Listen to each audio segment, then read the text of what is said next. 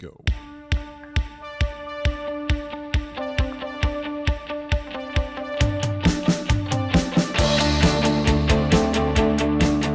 Hello, welcome to the At U2 podcast, episode number 63, I think we're up to, where we talk about all things U2, album news, tour dates, blah, blah, blah. But we're really here just to talk about the Joshua Tree again. So if you're sick of hearing about the Joshua Tree, you might want to stop following U2, I guess, in general, because they're going to be going on about it for a little while yet.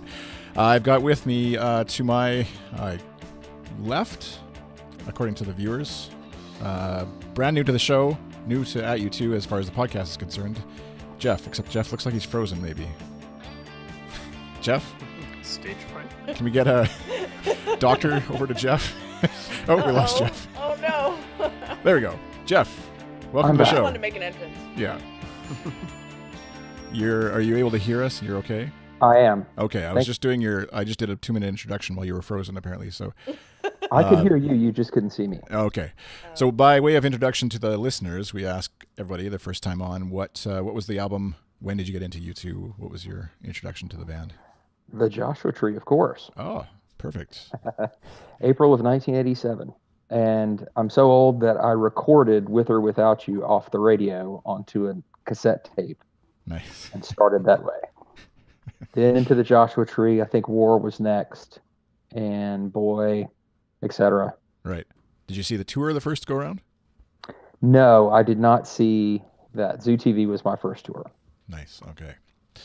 And to my below me, whatever that is, to my south, Collin. Welcome back to the show, Collin. Hello there. And I got my Joshua Tree, nice. Diet Coke cute. there. For the audio listeners, got a Joshua Diet Coke, Joshua named Diet Coke. Very appropriate. Shouldn't have stolen that from the bear. Bonus points. And Tassoula, welcome back to the show. Diagonally to the left or right, whatever way. Some way I'll get this straight. It's fine. We're catty-cornered from each other. How about that? So we're going to do part 3. I sort of joked that if there was enough demand and or people forcing me to, we'd keep going on the Joshua Tree. So these 3 folks, fine folks, said they all wanted to chat Joshua Tree some more, and we're happy to do it, obviously. It's still going on. It just ended. Their North American leg 1, I guess, ended. And so we'll be doing more of Joshua Tree discussion around the At U2 Roundtable in a moment. But first, just some miscellaneous stuff, as well as Ask At U2 inbox questions and comments and suggestions. First of all, the big day today, if you're a Zooropa fan, it's Zooropa's birthday today, correct? If I'm reading the notes correctly. 24 years old. 24. So do we get a 25th anniversary edition next year or 30? I guess we'll have to I wait. hope so. It would be great, but they've never been particularly, they've never paid a lot of attention to that album, so. No, they just kind of threw it on as an extra with the Achtung Baby box set, so that's probably as good as we're going to get for that. Right. And Geoff, you have a special affinity for this album, right? You got to... Yes, I was in summer school. Well, I wasn't really in summer school, but I was the editor of one of the editions of the summer paper, and we only put out one per summer session. And so I happened to be running the paper in July of 1993 at Clemson, and the entertainment editor was not there, but I was. So I got Zooropa, I think 3 or 4 days early. Nice. And got to tear into it.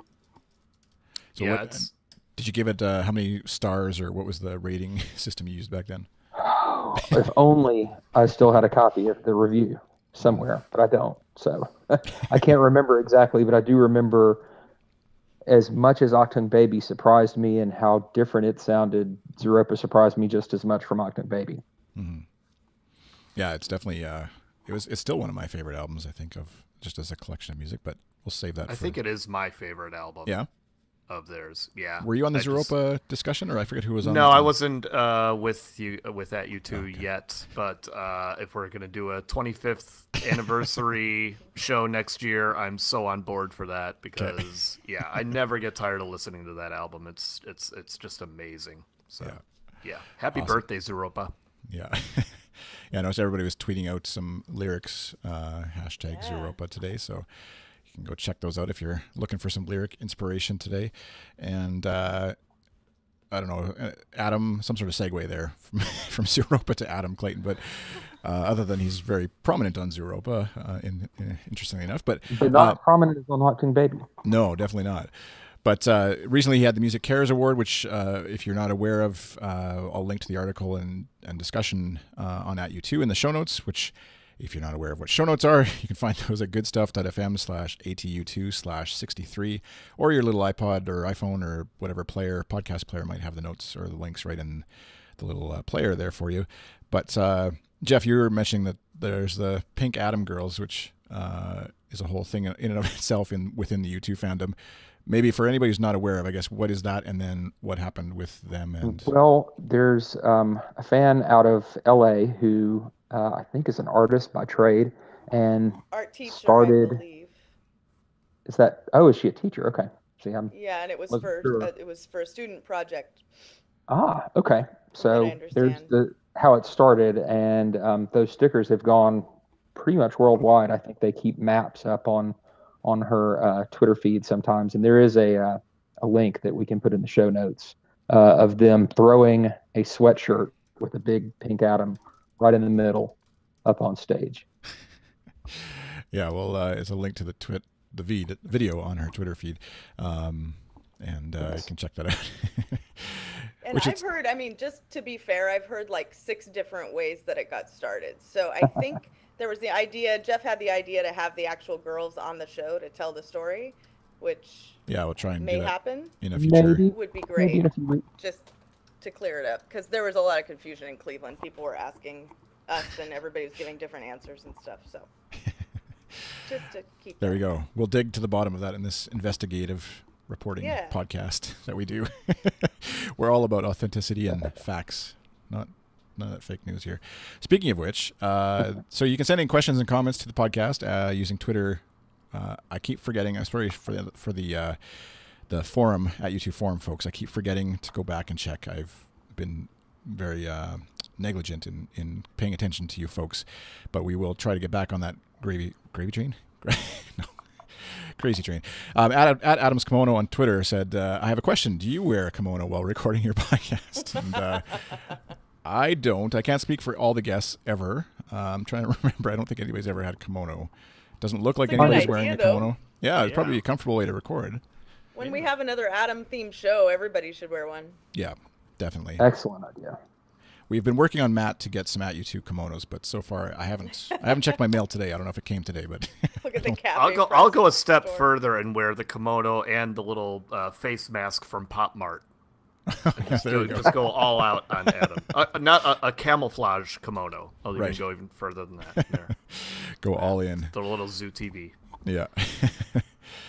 The at WatchMoon289 asks, does anyone know what this clear box is on stage in front of Edge? With a link to, we'll put a link to the photo, but it looks to me, I don't know if you guys have a different idea, but I think it's a cover around either his effects pedals or else a shot of Larry's little drum kit or something in the foreground. But I think it's his effects pedals just being covered by something for the rain, is what my guess is.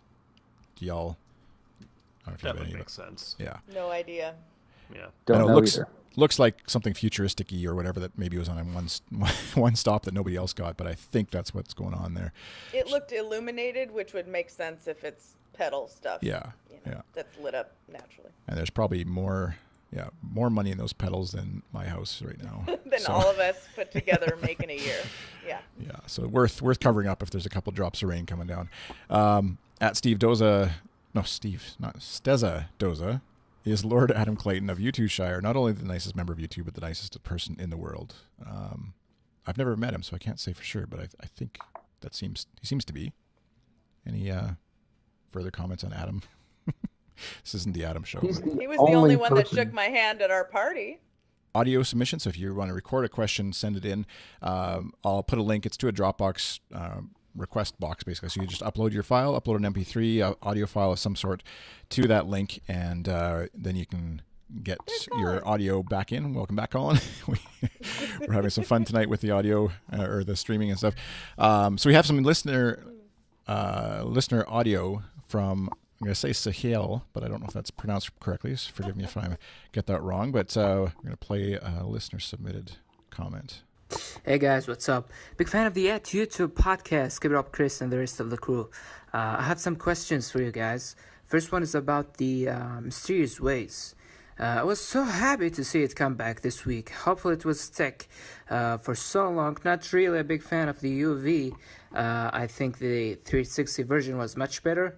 So Mysterious Ways is a good decision for this hit list, in my personal opinion. Do you guys think that it will be on the set list for upcoming shows or not? About the Joshua Tree songs. Okay, pause there. He's got a few questions, so we're going to tackle them one by one. Tassoula, you wanted to take the Mysterious Ways question? Yeah, comment? So I've been itching to take this question. Actually, there's been a lot of discussion on Twitter about this. People were just furious when they replaced Ultraviolet with Mysterious Ways, even though thematically it totally makes more sense. Mysterious Ways is about a powerful spirit of a woman, which is what is on the screens behind them during Ultraviolet. Ultraviolet was originally a love song, as you know, if you've read the books about their songs. So I was kind of I believe it was Matt that said early on, like, gosh, Ultraviolet means something a little different to me. So I like the women up on the screen, but I don't like it messed with that context. And I was completely with him, and I'm completely with our listener in that Ultraviolet was awesome on 360. I haven't felt that way about it on this tour. I've loved the women's presentation. I have shaken my fist and screamed and hollered and hooted and clapped for every single woman up on that screen every single time I've seen the show. But I actually really believe Mysterious Ways is more appropriate for it. That said, a couple nights ago, what they did was play Mysterious Ways first. Bono got his little dance on. All the band had fun with it. Edge did his solo. They played it like they always play it.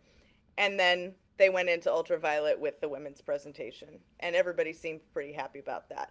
Mysterious Ways got the crowd going. No argument there. So maybe that's the way to please everyone.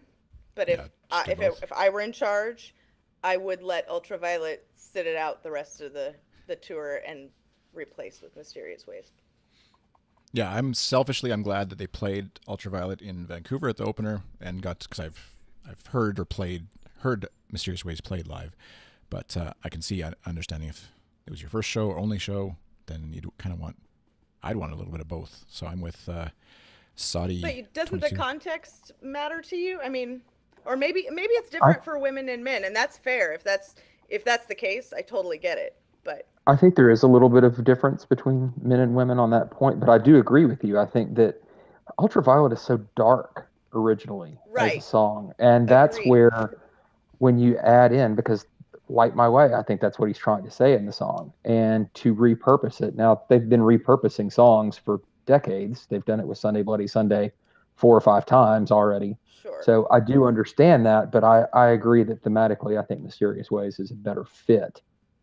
But then you can't pull a girl up on stage and dance with her if you've got the exactly, and that's behind. What I think. That's why I think they ended up playing both the other night. I think you're right. Yeah. All right. Let's keep moving on. If I get the Collin. right button here. Yeah, sorry, Collin. And Collin wanted to talk about that too. I mean, he did have thoughts on that. I don't know if you guys discussed that in the past episodes, but there's some ups and downs for me. I think each and every time they go with one Tree Hill, I'm Sick or two would happen from Bono, of course, and a little bit of Age's solo. Red Hill Mining Town, I think that is the only song that is not better than the album version. So will they ever play it originally as the album cover? Last thing. Okay. There's sort of two in there, I think, but the Red Hill Mining Town being played as the album version, or the live version, I guess, not being as good as the album version, right?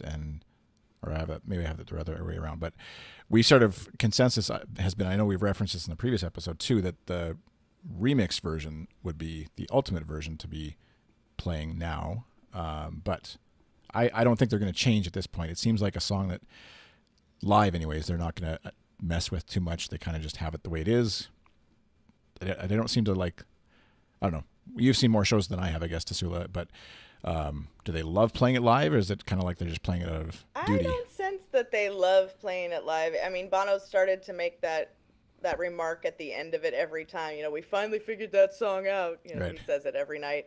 Well, no, you didn't really, because it doesn't sound like the album, and it doesn't even sound like the new remix. It sounds like kind of a little bit of a watered down, safe version of a hybrid of the two, as far as I'm concerned. And I agree with the listener. I'd rather hear one or the other. I'd rather have him just go for it, or play it the new way, crank the horns up, call it a day. Yeah, I think when we did the Red Hill Mine Town sort of B-side that we did or whatever, we were all kind of excited to hear it live. And then love the new one. In Vancouver, it kind of felt like, oh, that's it, I guess. And like Sodded 22 in the chat room says it needs guitar, and that's what I said too. It does need guitar. That was what you said very in badly. Vancouver. Yeah, just to have, even whether it's the slide or the picking or whatever, something in there. Just the piano, too much of just edge on piano feels a little bit like you're in a lounge somewhere and not in like the biggest concert of your life potentially or whatever, I guess. So, well, and there are two other options for piano as well. I mean, Bono might be able to play it, and Terry under the stage certainly could play it. Yeah. So. Don't understand why Edge is not playing more there. I get the feeling Edge likes playing piano, but it's like... I think he does too. I think we were overlooking a very obvious, detail there. It's kind of like when Bono liked playing guitar. It's like... Well, fair enough. But he is a good piano player. Not that Edge isn't skilled at playing the piano, but that said, Running to Standstill also could use the Zoo TV version. Yeah. I would rather hear the Zoo TV version. Yeah, big time. Okay, I'm going to play out the audio here from him. Here, I know it's a list of questions, but I want to give it all here. The Innocent Experience concert was having fans on stage each show, I believe. And there was Guitar Blaze doing it with the band from the audience. Why this year they didn't do that till now? Plus, do you think that the band will have some extra songs or special songs for some cities that they used to play, like Chicago? They did in IE's concert some special songs for them that wasn't even on the list. So thanks guys. Sorry if I take much time, and I look forward for your answers. Awesome. And so there's sort of two questions in there. One of like adding, why don't they bring people up on stage to play guitar with, or presumably guitar anyways, I guess it could be piano now, with the band. And then why aren't they adding sort of random special songs to sort of mark each city in a different way or whatever, just random songs that aren't necessarily on the set list to have a little bit of fun. And so, I don't know, I'm thinking the guitar playing side of it or bringing fans up on stage, they sort of got a little looser towards the end of the American leg, right, where they brought people up to dance, like you said, during Mysterious Ways.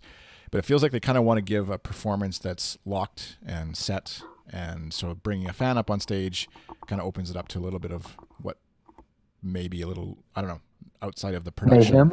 Yeah, mayhem. Well, remember, the screens limit them during the actual album.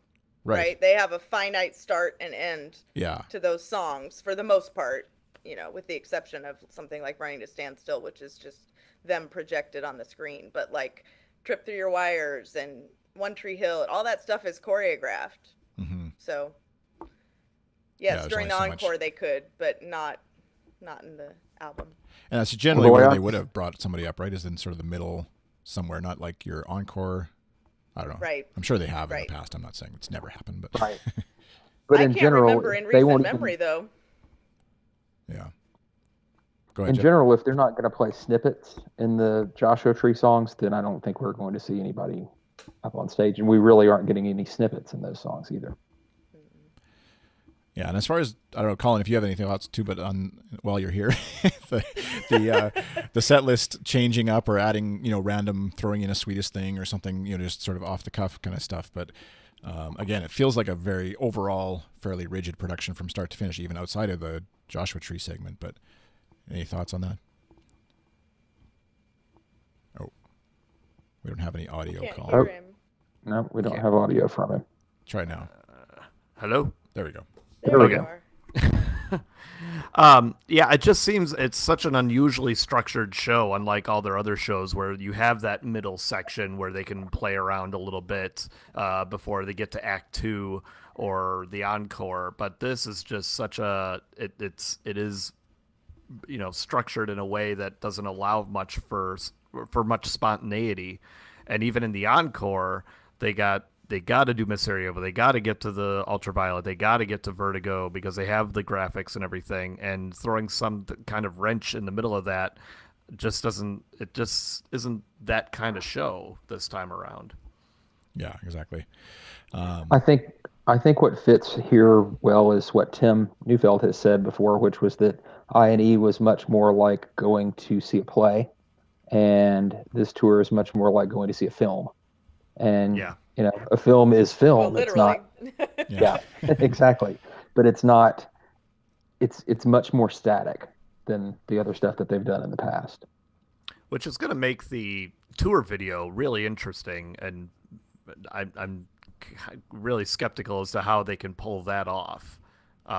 Because I've already seen some pro shot stuff that's been edited around the show where you're cutting to the musicians and then cutting to the screen and cutting to this and that, and it's such a I would hope that they hire somebody to film it in as static as possible with as few cuts as possible, because I think that's the best way to watch it. I can't imagine how they're going to do that, but it won't stop me from buying it. But really hope they take the Jonathan Demme approach, stop making sense, and just let the shots linger as long as possible instead of over editing it like they've done in the past.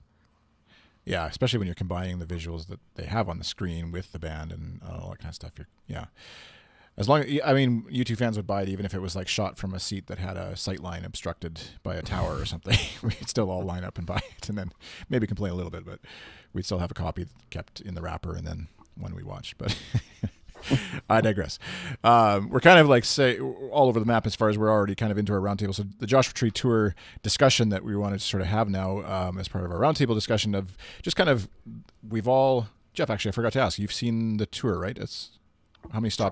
Twice. I saw both Chicago shows. And Collin, for you? Both Chicago shows and Cleveland. And Tassoula, what about you? 5. Vancouver, Seattle, Miami, Foxborough, and Cleveland.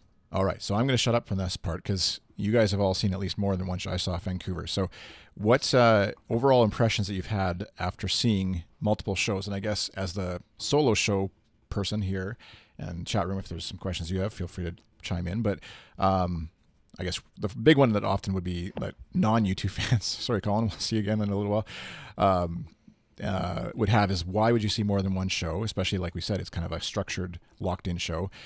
And then sounds like my wife. Has it been worthwhile? And just comments after seeing multiple shows, I guess. Geoff, why don't you start seeing a couple shows? Well, the screen was what I was most mesmerized by watching on Periscope. So I did have an idea of what I was going in for. But what I thought was the most interesting part of being there for the screen is what that curved part of the screen does for you. I went 2 nights in a row, and if you were looking at the stage, I was on the back right corner in seats for the first night, Saturday night in Chicago. And then I was actually lucky enough to be in the red zone on Sunday, so front left, so pretty much opposite caddy corner spaces in the stadium. And the thing that I noticed the most was during Streets, as the lights pop and then the screen comes down to reveal the road. No matter where you stand in the stadium or where you sit, that road looks like you're right in the middle of it because of that curved screen. And that's something that you just don't get the effect of when you're watching. I think that the technology is great. I love that I can watch shows on Periscope, but at the same time, it's still not the same as being there. Yeah. How about you, Tassoula? Any comments on the multiple shows? I agree with Geoff's comment. When we saw it together, Chris, we were pretty central to the screen, right? So it made sense that it felt like we were kind of going down that road. But when I saw it in Foxborough with my sister and nephews and Michelle and Jill, everybody was in the place that night. I was behind the red zone. I wasn't in the red zone, but behind it on the rail, way over to the left side. And the effect was exactly as Geoff describes it. It was exactly the same. I would have thought that I was straight ahead of it because it looked like I was going down that road. So pretty amazing technology. As for why see a bunch of different shows, the set list does change. I heard I Will Follow in Seattle. I heard Mysterious Ways in Cleveland. I heard The Little Things in Vancouver. I heard, and Cleveland, or no, and not Cleveland, and Boston. I guess I see now I'm even confusing them all because it's all so recent. But the band also changes along the way. Like when we saw them in Canada, you know, they're just fine tuning everything. They're working the kinks out. Seattle, much more relaxed. You get Eddie Vedder on stage. You know, Miami, I'd never been in an audience that was primarily Latin American, and that was an amazing experience. I wanted to buy tickets to all of the Latin American shows after Miami because I was actually in a seat. I was in a nosebleed obstructed view seat, and no one around me sat down at any point in the show. Everybody was up dancing. And I've never experienced that before. I've been in seats at U2 shows before where plenty of people have been sitting down and have been angry when people like me stand up. So that was a really great experience. The vibe in Miami was just phenomenal. So yeah, there's a million reasons to see them. And then of course, the personal side of it is, you know, I had my family in Massachusetts. I had you guys in Vancouver. I had my best friend in Cleveland, you know, so yeah, that's why. How about you, Collin? We were just discussing the reasons and stuff to see multiple shows and what your experience was over multiple shows. Yeah, I apologize. My internet keeps cutting out. Okay. I don't know why tonight of all nights it does this, but yeah, no, I've seen the 2 Chicago shows and the Cleveland show. I feel like I've seen all 3 versions of this tour. You know, in Chicago, it was. The first show was they did, you know, Bad and I Will Follow, and then the next night they did a sort of Homecoming and The Little Things That Give You Away. So there's that version, and then in Cleveland, I thought it worked. I thought the set list worked the best, even though I'd rather hear sort of Homecoming instead of Bad in that part of the show. Nothing against Bad at all, but I just don't think Bad works that early in the show. I think it belongs in a later part of a U2 show. But I thought structurally everything seemed to flow a little bit better. I mean, in the encore, it seems like they finally worked out the kinks in the encore, and which is the best version of that. You know, starting with Miss Sarajevo and then just cranking out a. Oh, shoot. Oh no! And there we go, guys. I'm sure he had something really. He was on amazing. a roll too. Yeah. We'll come back to you, Collin, if you unfreeze.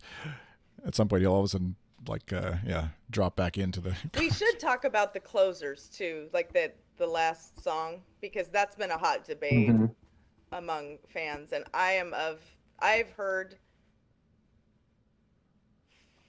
4 different live songs. I guess 4 different ending songs. Sorry, right. 4 different live songs. Of course, I've heard 4 live songs. I really need to take less cold meds before podcasts. But anyway, like the debate between Vertigo, like some ending on something really high charge like Vertigo, or something quiet like One or the new song. I mean, what do you guys think?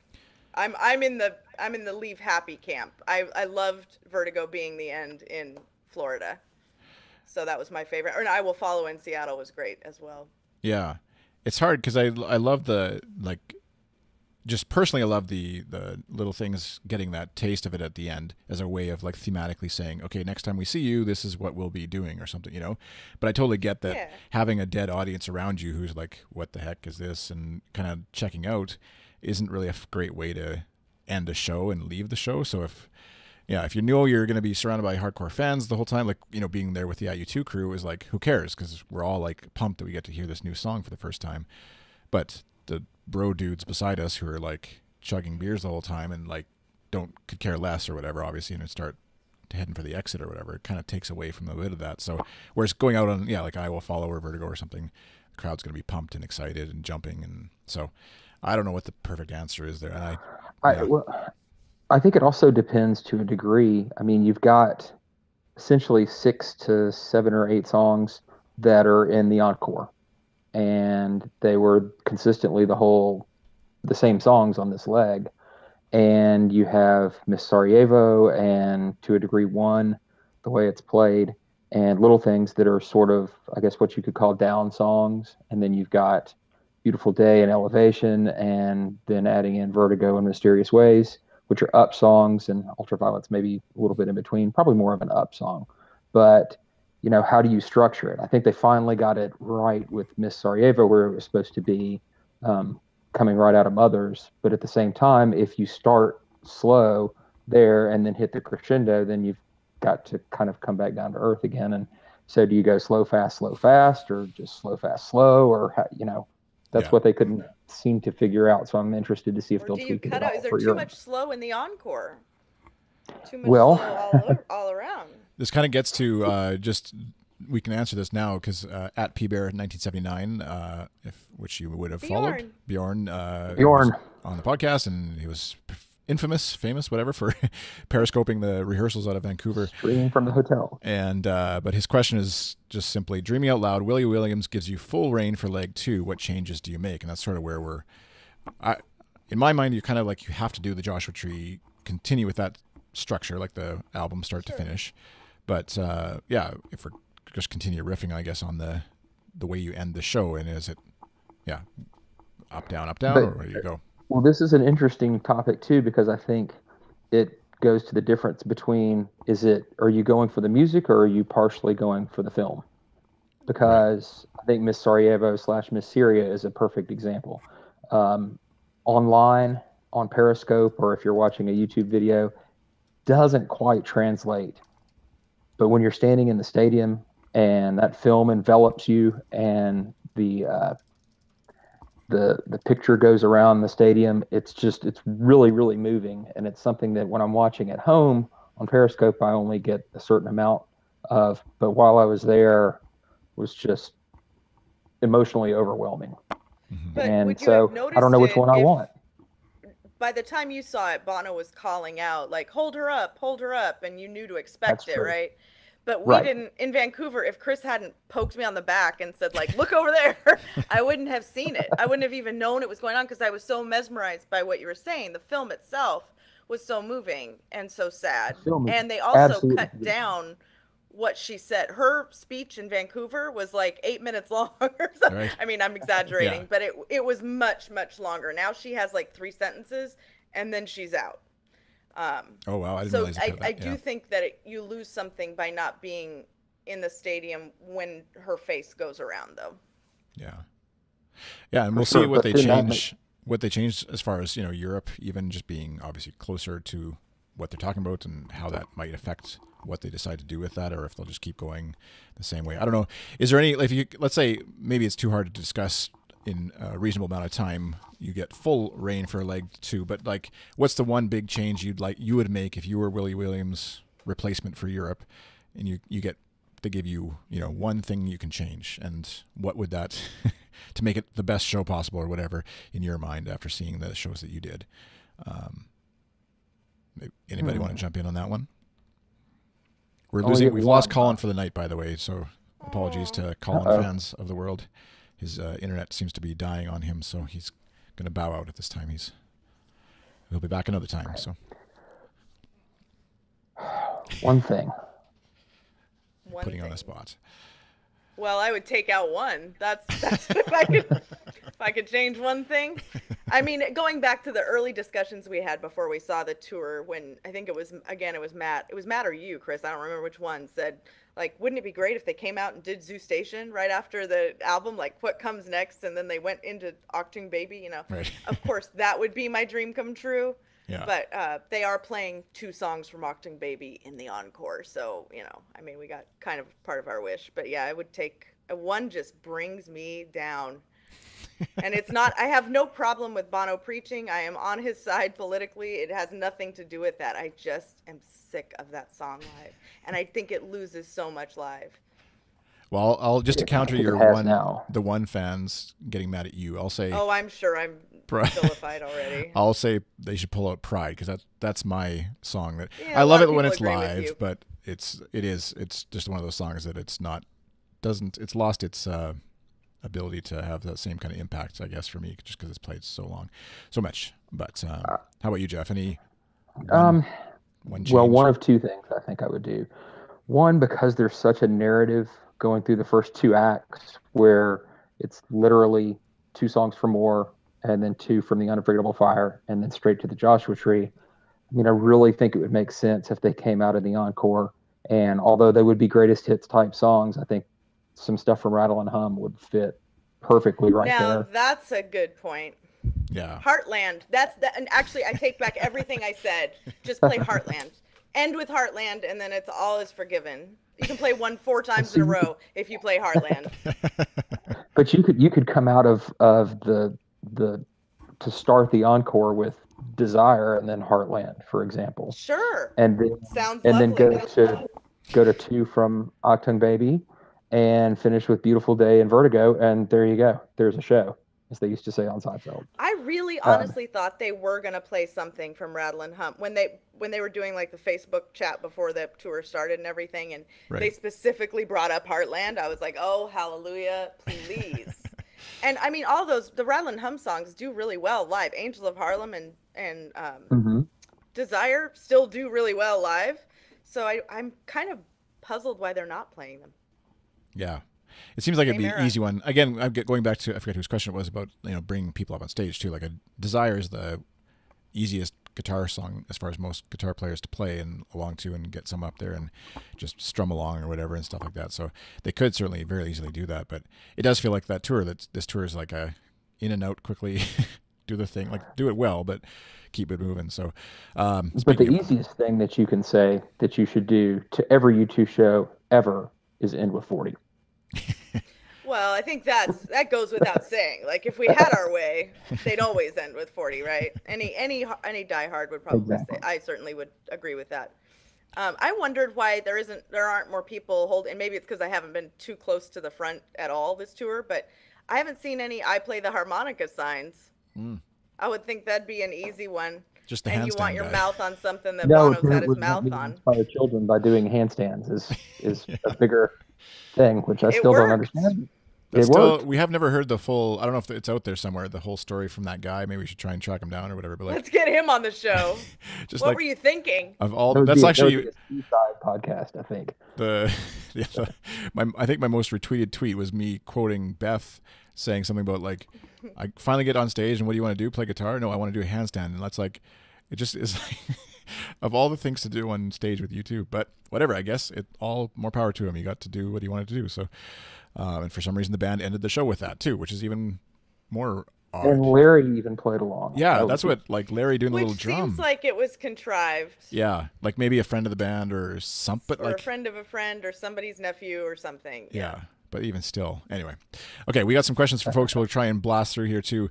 At Watchman289 said, any thoughts on why band didn't go to B stage for encores in Philly? Technical issues, they usually do, right?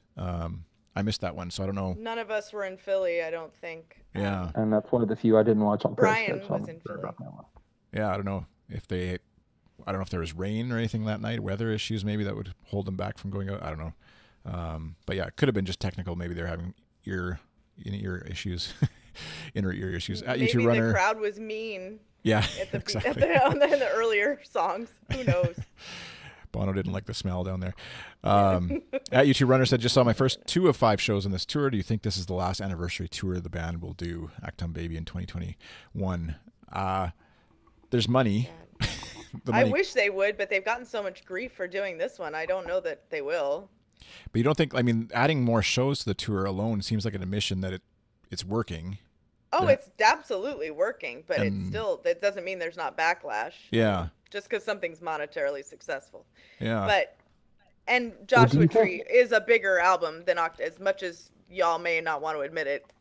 It did better than Octung Baby, and it still does. It did. So, do you think part of the backlash though comes from their own "we're not a nostalgia act"?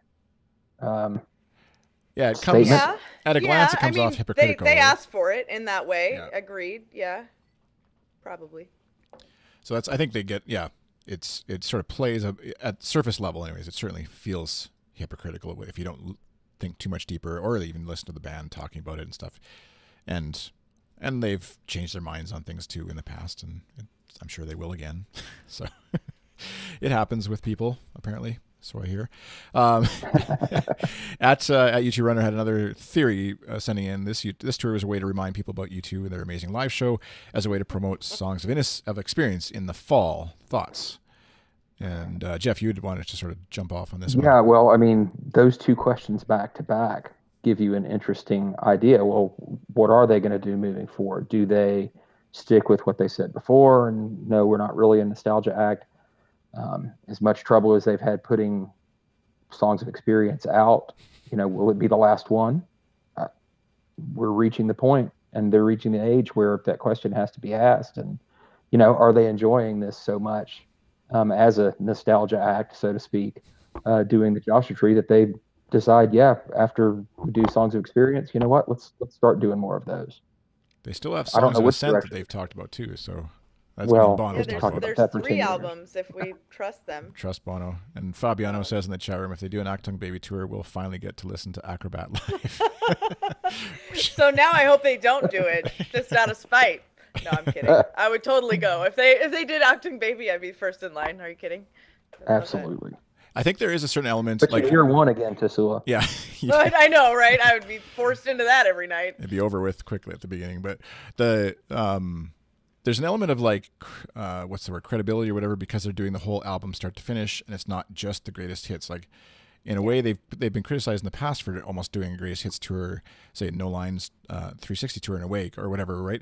Whereas comparing them to the Stones or the Who, like I think you mentioned, Geoff, in your notes here, but I feel like they're more of just like strictly nostalgia act at this point, and as much as they put out an occasional new album, you're going there for Start Me Up or whatever, and I'm sure there's a Stones podcast that's having an argument.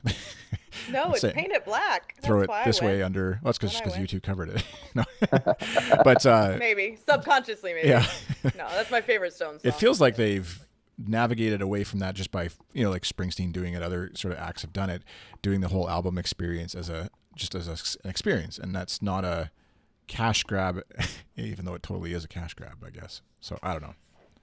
I don't know how you navigate that. The other thing that I don't know enough technically to say, and Chris, since you play guitar, maybe you know a little bit more about it, but given all the different stuff Edge does, I mean, how many songs realistically can they learn to be able to do, have 50 to 60 songs in the repertoire to change the set list up that much?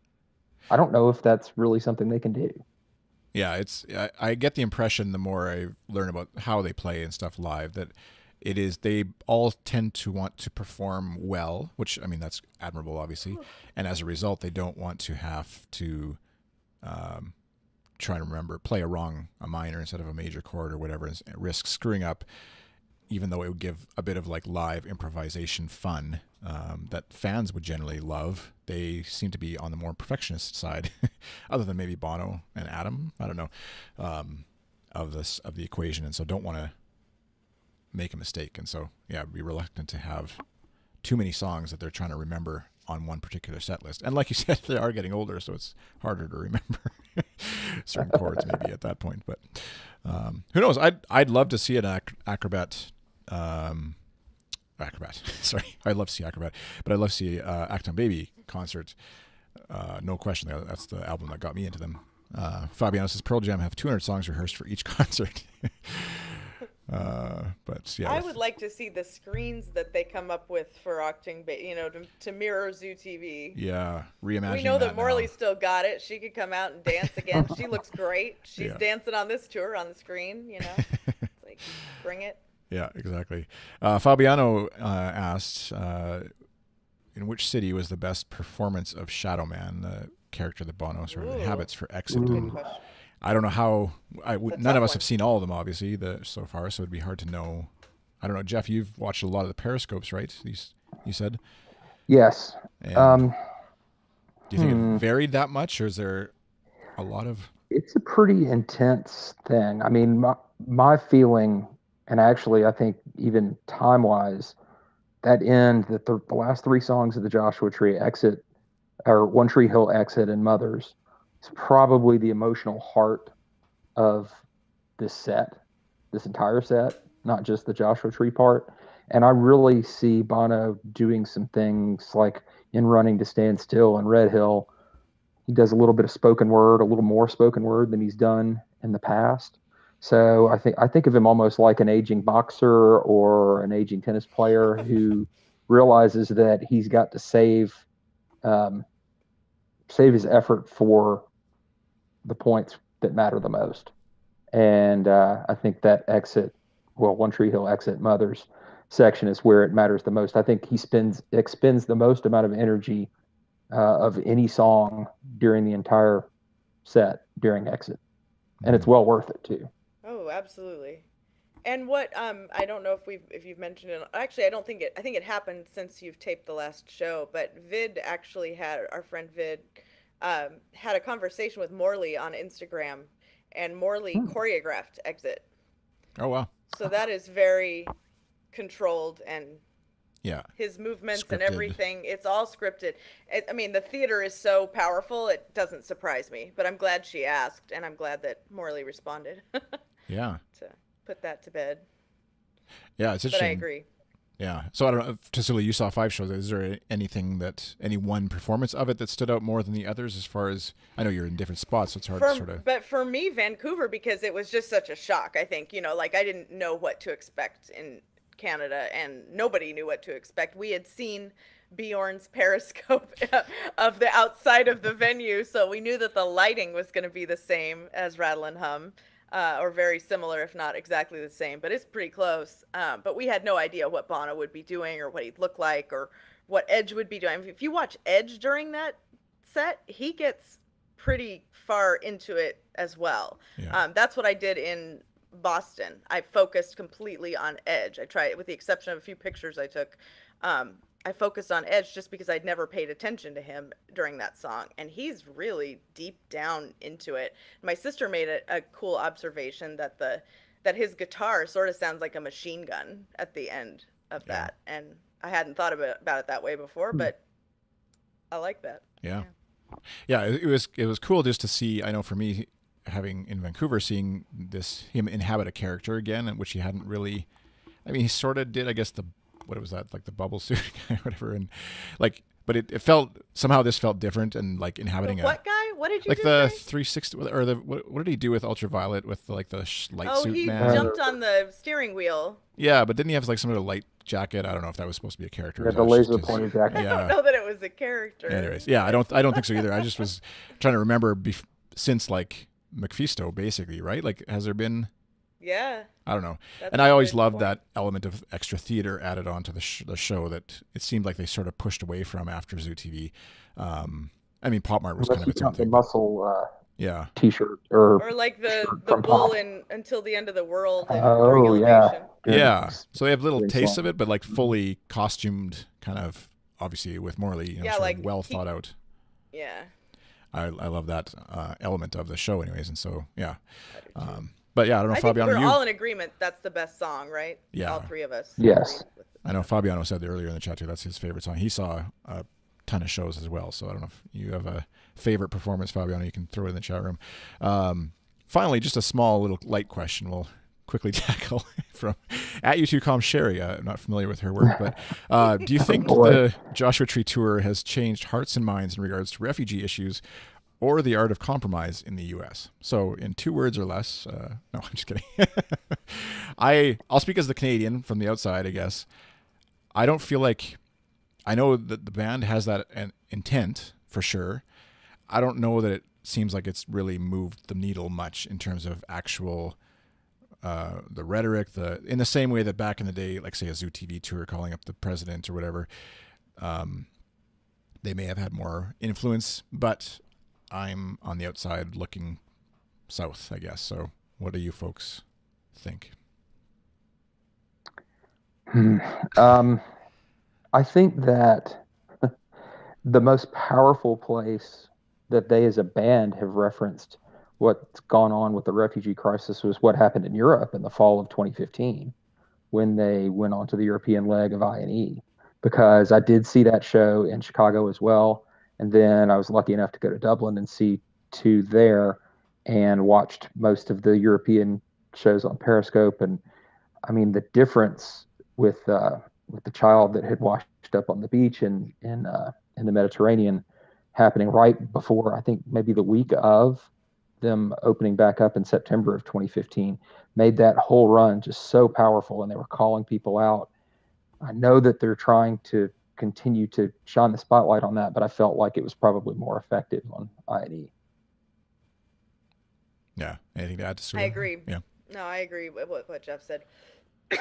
Excuse me. I think right now, at least, and obviously didn't feel it in Canada because it was the first show and we were also focused on what were they going to do next. And I don't think that crowd was, I mean, if that crowd was angry, we wouldn't be here right now because we would have rioted in the GA line. Right.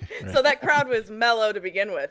But we're so divided in America right now that, I mean, there was moments in a few of the cities that I was in, especially Cleveland, actually, probably the most conservative of the 5 cities I saw it in, at least, where I was looking around because not everybody was clapping when they should have been in my right. in my heart. So I don't think that, unfortunately, I don't think that they're making as much of an impact as they'd like to, or as Bono would like to. And just real quick on the compromise point too, I mean, he's been saying, you know, everyone's welcome and from the left and the right, but I don't think they really hit on the perfect way to do that until they figured out how to do the JFK Reagan mashup of the City on a Hill speech. The sad thing is that I don't think people are understanding that Reagan's in there because in Cleveland, for example, this is just one example. In Cleveland, I literally heard someone go, "Oh, JFK, of course, the Democrat." And it's like 2 seconds later, you hear Ronald Reagan, if you're listening. Exactly. But Reagan's voice is a little less distinctive, and it's a little quieter. Right. And they were already drunk and pissed by the time that they got to Ronnie. So they tried. But I mean, the whole... like a rose in a thorn bush, I guess. The video before Exit is clearly left-leaning. So if there's any debate whatsoever of which side the band is on, it's explained before Exit. Yeah. And that pisses people off, I guess. Yeah. Especially because you don't know. I know I've heard lots of people afterwards sort of thinking it was like edited by the band for, like, you know, created or whatever to mock this idea or whatever, not realizing that it actually was a thing that was an actual show or whatever back in the day. It's a coincidence is what it is. It's a coincidence that somebody found. Yeah. So, but yeah, it's interesting. I think that's where music in general doesn't feel like it has the same potency that it used to. Not that it can't again, but in general, just politically, I know if you're a fan of a band, it feels like a U2 fan, you feel like, of course they're connecting. Of course they're passionate. They're speaking to my heart or whatever. But outside of the circle or the whatever, it doesn't feel like that resonates. It doesn't have the same rippling effect out into the broader public that it used to anyways, because there's just so many bands, so many ways to consume music, so many ways to listen or not listen, so much other stuff to listen to, like podcasts, which are even more important than music. No. So it's just hard to have that same effect, I think, even comparing to Zoo TV, which already at that point felt like music was, had changed a lot or whatever. So, well, and some of the people, like, I mean, Sherry wrote a column about it recently. Some of the people that are actually surprised that U2's getting political in concert. Yeah, it's exactly. Like, wow, really? Like, okay, I mean, maybe you don't. Maybe you haven't been to 30 shows, and I get that. Like, not everybody goes to see them every time they tour, but I mean, just since I was 6 years old, I've known that they were political. Yeah. Whether I've agreed with them or not, or even understood them or not, it's like that does surprise me when I hear stuff like that. And we did see somebody tweet that they were upset Sunday Bloody Sunday was in the set because they didn't remember that being on the Joshua Tree. And I thought, ooh, wow, you're in for it. Yeah. Enjoy the show. Enjoy one. Yeah, exactly. It's amazing they packed all 21 of those songs onto just one disc. Right, I know, right? That's a long album, isn't it? Double album. Yeah. And then you go the other extreme. I remember I was listening to a Periscope, and I could hear someone next to the person who was Periscoping. They're like, I think they're going to play the Joshua Tree from start to finish. Like, yeah, that's the idea. But But yeah, I'd love to. It's kind of, it would be fun. Obviously, you can't follow at U2. You can't follow anything if you don't want to be spoiled at all like that. But it would be fun going into some of these shows and not having any clue of what you're about to get. Kind of like we got a taste of that, like you said, in Vancouver. But yeah, beyond that, it's hard to like become completely immune, I guess, from hearing anything. So, anyways. That's with apologies to Collin, who couldn't be here for the rest of the show. Thanks, Geoff and Tassoula, for joining me on the podcast for episode 3 of our Joshua Tree discussions. Where can folks find you on the Twitters if they have a comment or follow up or want to hear Acrobat really bad? Geoff, we'll start with you. Oh, well, I can't promise Acrobat, but you can find me at U2GW. Nice. And on Twitter, on the Twitter, as you like to say. Tassoula, how about you? I'm at Tassoula. Very easy to remember, not very easy to spell. And I'm Chris, and you can follow at U2 on the various platforms. Twitter is twitter.com/ATU2, Facebook.com/ATU2com, Instagram.com/ATU2com. This episode can be found if you listen on the web or want to subscribe in Apple Podcasts and there's such things like that at goodstuff.fm/ATU2. And you can find all previous 62 episodes of the podcast if you're needing a U2 fix and want to go back to see here, I guess, all the previous ones. We started videos around, 10 episodes ago, somewhere in there. And so most of them are audio only, but some of them have video versions as well embedded on the page, so you can check that out. And like I said, using hashtag AskAtU2 on Twitter if you want to send in comments or questions for the next episode. And if you visit goodstuff.fm/ATU2/63, there'll be a link there where you can submit an audio submission for a future episode. And we'll have details on what some of the podcast topics will be in the future. But such things as reviews of the European tour and possibly the Pink Adam lady.